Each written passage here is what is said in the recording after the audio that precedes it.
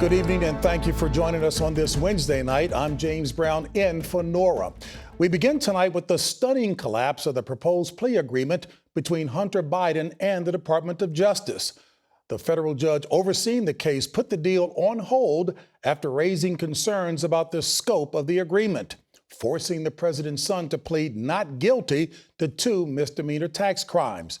Prosecutors and defense attorneys must now get together and provide the judge with additional information prior to her deciding whether to approve.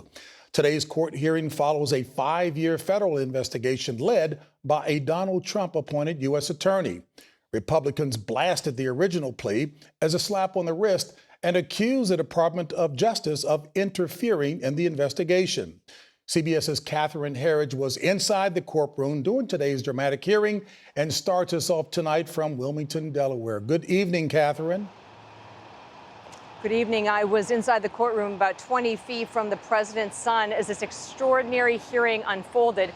As the deal fell apart, Hunter Biden appeared increasingly upset.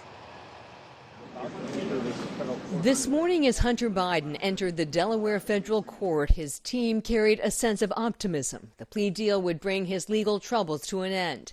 But Judge Mary Ellen Noreika, a Trump appointee, said she needed more information before she could accept or reject the deal on misdemeanor tax charges and a gun violation, telling the court she felt she was being asked to rubber stamp an agreement she had concerns about.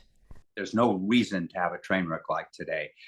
The hearing laid bare a critical disagreement between U.S. Attorney David Weiss, a Trump appointee, and Hunter Biden's legal team over whether the plea would close the door on future charges for other possible crimes. Weiss has said consistently the probe is ongoing. Scott Frederickson is a former federal prosecutor. How unusual is it for a plea agreement to fall apart? Well, plea agreements fall apart every day in federal court, but they don't fall apart in high-profile cases like this based on such fundamental misunderstandings. The judge also had constitutional questions on how the gun charge would be handled.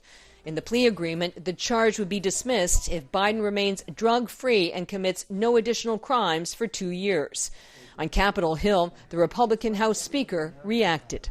There shouldn't be 2 justice systems in America, and hopefully today that's what's being done. Hunter Biden left court and did not comment to reporters as originally planned. A plea deal is still possible. The parties have 30 days to answer the judge's questions before she makes a decision. The White House said Hunter Biden's tax case is a personal matter, JB. Catherine Herridge in Delaware, thank you very much.